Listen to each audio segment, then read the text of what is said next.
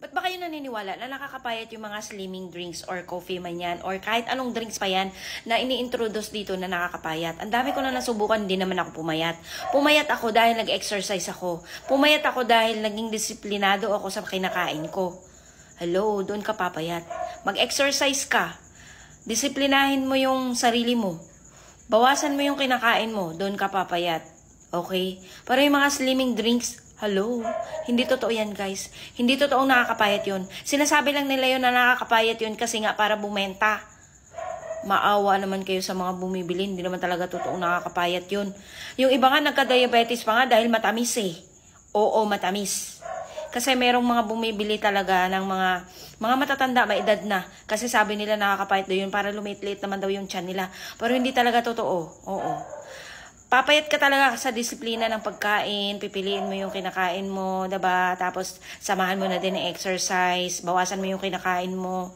Kaysa yung mag-introduce ka dito ng slimming drinks, kahit kain ka ng kain, pero umiinom ka nun, papayat ka na? Hello? Hindi totoo yun.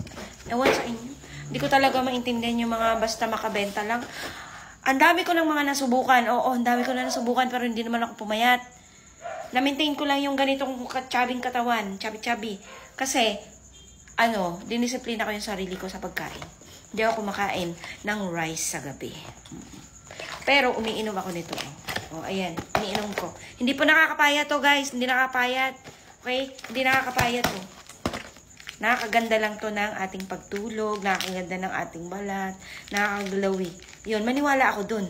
Maniniwala pa ako doon na ang sarap ng tulog mo dito pag ito ininom mo, promise. Oo. Pero yung nakakapayat, hello. Ang dami-daming mga paut-ut dito. Ayan, ito yung lagi ko iniinom. Nung una, iniinom ko yung lychee. Pero ito, sinubukan ko din. Masarap. As in, masarap. Kaya yung mga, mga nag-i-introduce ng alam nyo,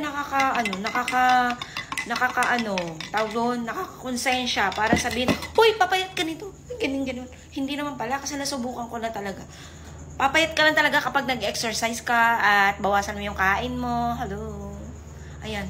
Gusto ko lang, nainis lang ako sa mga issue ngayon ng mga nakakapayat daw. Eh, bakit hindi mga pumapayat yung mga pumapayat din sila kasi nagpabawas ng taba. Okay? Pabawas ng taba. Yung mga pumuputi nga nagpa-glutadrip yun. O di kaya, yung as in, maputi na talaga. Diba?